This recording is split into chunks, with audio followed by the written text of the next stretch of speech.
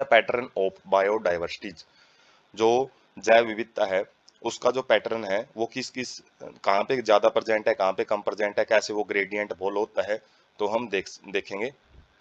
पहले है latitudinal gradient. Latitudinal का मतलब होता है अक्षांशीय, ग्रेडियंट का मतलब होता है एक साइड से दूसरी साइड में जाना, मतलब कम से ज्यादा की तरफ या फिर ज्यादा से कम की तरफ। ग्रेडियंट का मतलब वैसे ज्यादा से कम की तरफ ही होता है। Species diversity decreases as we move away from the equator towards the pole. यदि हम जो भूमध्य रेखा है उससे पोल की तरफ, जो ध्रुवीय क्षेत्र है, जो नॉर्थ पोल और साउथ पोल, उनकी तरफ जाना स्टार्ट करते हैं, बीच से अर्थ के बीच से, मतलब दोनों किनारों की तरफ चलना स्टार्ट करते हैं, तो जो स्पीशीज डाइवर्सिटी है वो घटना स्टार्ट हो जाती है। Tropics 23.5 degree north to 23.5 degree south harbour more species than temperate और पोलर एरियाज। तो जो ट्रॉपिक्स का मतलब है, जो एक सांस रेखाएं हैं, कौन सी, जो कि भूमध्य रेखा से 23.5 डिग्री नॉर्थ में है, जिसको हम क्या बोलते हैं, कर्क रेखा, और जो 23.5 डिग्री साउथ में, जिसको मकर रेखा बोलते हैं। तो कर्क और मकर रेखा के बीच में जो भी क्षेत्र है, जिसके अंदर जो भूमध्य रेखा के बिल्कुल दोनों साइड में इक्वल इक्वल है, भूमध्य रेखा बिल्कुल बीचों बीच आ जाती है, तो उस रीजन में बहुत ज्यादा स्पीशीज पाई जाती हैं, उसी को हम ट्रॉपिकल रीजन बोलते हैं। और जो टेम्परेट और पोलर एरियाज हैं उनसे ज्यादा तो इसी एरिया के अंदर जो स्पीशीज है, जो अलग अलग टाइप की स्पीशीज है, बायोडाइवर्सिटी है, वो पाई जाती हैं। Example, Colombia located near the equator has nearly 1400 species of birds. जो कोलंबिया देश है वो भूमध्य रेखा के आसपास रहता है, जिसकी वजह से वहां पे 1400 स्पीशीज हैं बर्ड्स की पाई जाती हैं। इंडिया के पास भी, इंडिया भी भूमध्य रेखा के आसपास ही है, तो उसके अंदर भी लगभग 1200 स्पीशीज हैं वो बर्ड्स की, पक्षियों की पाई जाती हैं। While New York at 41 degree north as 105 species, मतलब जो न्यूयॉर्क देश है, न्यूयॉर्क, और वो 41 डिग्री नॉर्थ की साइड में प्रेजेंट है, मतलब जो इक्वेटर लाइन है उससे काफी दूर है, जिसकी वजह से वहां पे 105 स्पीसीज ही बर्ड्स की पाई जाती हैं। ग्रीनलैंड है, जैसे जैसे हम ऊपर की तरफ बढ़ते जा रहे हैं तो ये 71 डिग्री नॉर्थ में चला गया है, इसके पास केवल 56 स्पीसीज हैं। A forest in equator Ecuador has 10x, मतलब 10 times species of vascular plants than midwest of USA. Ecuador का मतलब है इक्वेटर के आसपास वाला जो एरिया है, किसका, यूएसए का, तो वो लगभग 10 गुना ज्यादा स्पीसीज को लिए हुए है। वेस्कुलर प्लांट का मतलब है जिम्नोस्पर्म, एंजियोस्पर्म, टेरिडोफाइट, जिनके अंदर vascular tissue, xylem and phloem पाए जाते हैं। तो ऐसे प्लांट्स जो यूएसए के इक्वाडोर रीजन के अंदर कितने हैं, 10 गुना ज्यादा हैं। किसके कंपैरिजन में, मिडवेस्ट का मतलब ये भी एरिया है यूएसए का, जो कि पोल्स की तरफ चला जाता है, तो वहां से। तो हम देख सकते हैं भूमध्य रेखा के आसपास जो स्पीसीज डाइवर्सिटी है वो ज्यादा मात्रा में पाई जाती है। Amazonian rain forest in South America, South America के अंदर जो सबसे बड़ा रेन फॉरेस्ट माना जाता है वो अमेजन रेन फॉरेस्ट है, और वहां पे हम स्पीसीज देख सकते हैं कितनी मात्रा में प्रेजेंट है। More than 40,000 species of plants, मतलब 40,000 से ज्यादा स्पीसीज प्लांट्स की हैं, 3,000 से ज्यादा स्पीसीज फिश की हैं वहां पे, 1300 स्पीसीज बर्ड्स की हैं, 427 स्पीसीज मैमल्स की हैं, स्तनधारी जीव होते हैं, 427 ही एम्फीबियंस की हैं जो कि दोनों में रह सकते हैं, जैसे मेंढक हो गया, सैलमेंडर हो गया, 378 जो स्पीसीज हैं वो रेप्टाइल्स की हैं, और मोर देन 1.25, मतलब 1.25 लाख जो स्पीसीज हैं वो इनवर्टिब्रेट्स की वहां पे पाई जाती हैं। तो सबसे ज्यादा जो बायोडाइवर्सिटी रिच एरिया है पूरी अर्थ के ऊपर वो अमेजन रेन फॉरेस्ट है, मतलब जो कि बहुत ज्यादा मात्रा में स्पीसीज को लिए हुए हैं, और इन्हीं को लंग्स ऑफ अर्थ भी बोला जाता है, क्योंकि बहुत ज्यादा एयर को यही शुद्ध करते हैं, बहुत ज्यादा प्लांट्स की स्पीसीज वहीं पे पाई जाती हैं। Scientists estimated that at least 2 million insect species waiting to be discovered and named in these rainforest। In rain forest के अंदर, जो अमेजन रेन फॉरेस्ट है, इसके अंदर लगभग 2 मिलियन का मतलब 20 लाख स्पीसीज हैं इंसेक्ट की, अकेले इंसेक्ट की खोजने का वेट कर रही है, मतलब अभी तक हमने उनको खोजा नहीं है, क्योंकि बहुत गहरे जंगल होते हैं ये, और इतना ज्यादा यदि हम अंदर चले जाते हैं तो सारी टेक्नोलॉजियों फेल हो जाती हैं, ठीक ढंग से हम अपने, मतलब उनके अपने जो दूसरा जो रेस्ट ऑफ द वर्ल्ड है उसके साथ कांटेक्ट छोड़ देते हैं। तो हायर टू हायर टेक्नोलॉजी जब हम विकसित कर लेंगे तब हो सकता है ये अलग अलग स्पीसीज है उनको खोज लें। उसके बाद है, यहाँ पे हम देख सकते हैं लैटिट्यूडनल ग्रेडियंट की बात कैसे कर रहे हैं। जैसे बीचों बीच जो लाइन जाती हैं, इसको इक्वेटर बोलते हैं, भूमध्य रेखा, और यहाँ पे सबसे ज़्यादा जो डाइवर्सिटी है वो पाई जाती है। और जैसे जैसे हम पोल्स की तरफ जाना स्टार्ट करते हैं, तो जो ऊपर है नॉर्थ पोल, नीचे साउथ पोल, तो जो डाइवर्सिटी है मतलब जो जैव विविधता है वो कम होती चली जाती है, कम नंबर ऑफ स्पीसीज वहाँ पे पाई जाएंगी। और यहाँ से एक आइडिया ले सकते हैं, जैसे भूमध्य रेखा बिल्कुल बीचों बीच जाती है, पूरा वर्ल्ड का मैप है ये, और इसके अंदर हम देख सकते हैं जहाँ पे ये डार्क एरियाज हैं वहाँ पे स्पीसीज ज़्यादा पाई जाती हैं, और जबकि देख सकते हैं पोल्स की तरफ है स्पीसीज बिल्कुल न के बराबर है। तो जो डार्क एरिया किया हुआ जो लाइटेड पोर्शन है जो थोड़ा सा, वो ज़्यादा से ज़्यादा स्पीसीज डाइवर्सिटी को रिप्रेजेंट करता है। और जो अमेजन फॉरेस्ट है वो इस एरिया में प्रेजेंट है, अमेरिका के अंदर, साउथ अमेरिका में, ये नॉर्थ अमेरिका ऊपर। उसके बाद है बर्ड नॉन ब्रीडिंग रेंजेज। तो जो बर्ड्स की स्पीसीज हैं वो यहाँ पे दिखा रखी हैं, केवल बर्ड्स की, ये ओवरऑल स्पीसीज हैं, जिसमें एक जो नंबर है उसके लिए ब्लू कलर है, और जबकि 677 मतलब 677 जो स्पीसीज हैं उसके लिए थोड़ा सा डार्क एरिया है। तो डार्क एरिया भी हम देख सकते हैं, जो बर्ड्स का डार्क एरिया जो रिप्रेजेंट किया जा रहा है वो भी इक्वेटर के आसपास ही होता है, भूमध्य रेखा के आसपास चाहे किसी भी चीज की स्पीसीज हो वो ज्यादा से ज्यादा मात्रा में पाई जाती हैं। जबकि जैसे जैसे हम भूमध्य रेखा से अलग साइड में चले जाते हैं तो वो स्पीसीज का नंबर भी घटता रहता है। उसके बाद है hypothesis of pattern of biodiversity. जो ये बायोडाइवर्सिटी का पैटर्न है, जैसे भूमध्य रेखा के ऊपर ज्यादा पाया जाना और पोल्स की तरफ कम पाया जाना, मतलब ट्रॉपिकल रीजन में ज्यादा है, टेम्परेट रीजन में कम है। तो इसको समझने के लिए कुछ थ्योरीज दी गई हैं, कुछ काल्पनिक बातें दी गई हैं जो कि थोड़ी सी सही भी साबित होती हैं। जैसे सबसे पहले स्पेसिएशन। स्पेसिएशन क्या होता है? नई नई स्पेसीज का बनना। ये किसका? एक फंक्शन ऑफ टाइम, मतलब टाइम का ही एक फंक्शन होता है, समय का ही कार्य होता है। Tropical latitudes have remained relatively undisturbed for millions of years.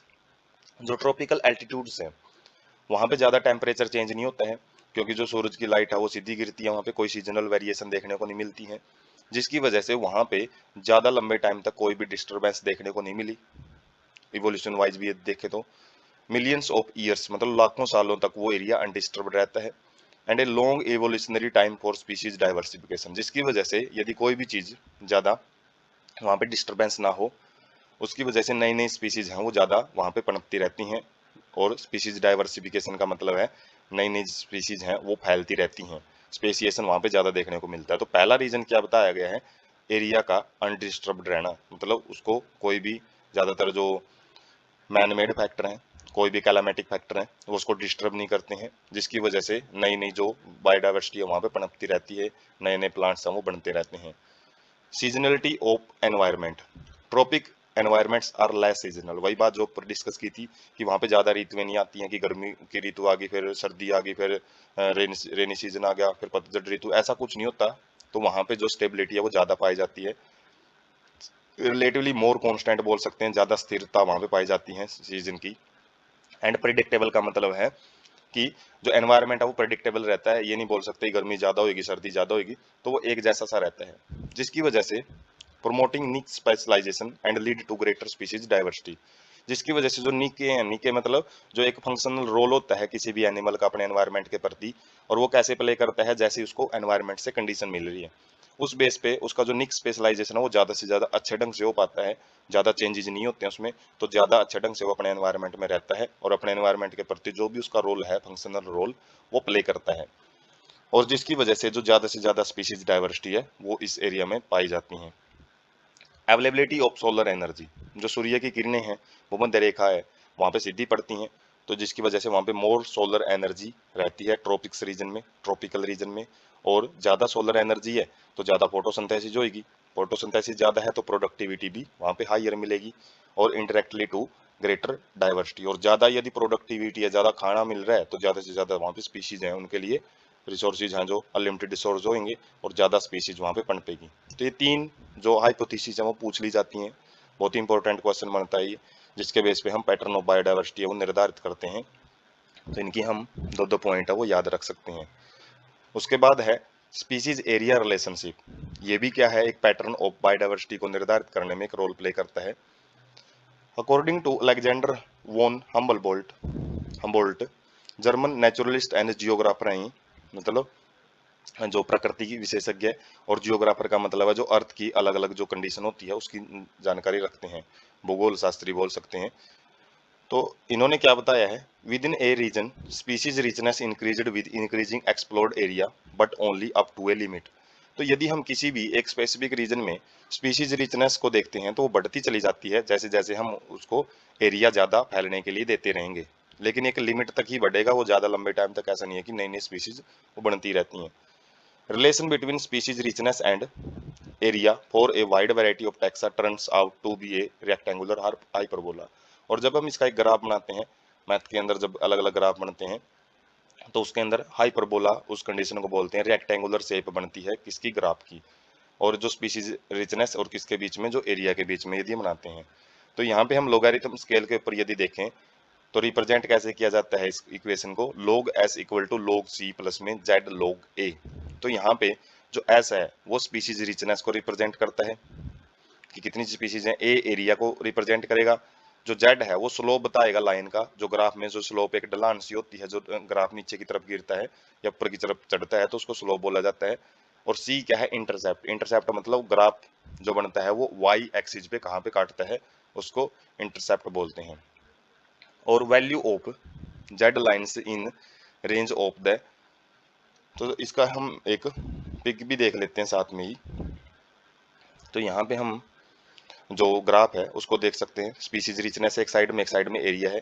तो यहाँ पे जो एक नॉर्मल ग्राफ बनाएंगे तो वो क्या रहेगा, एक कर्व्ड बनेगा, एक रेक्टेंगुलर हाइपरबोला बनता है जिसको रिप्रेजेंट किया जाता है एस इक्वल टू सी ए और इसकी पावर है जेड।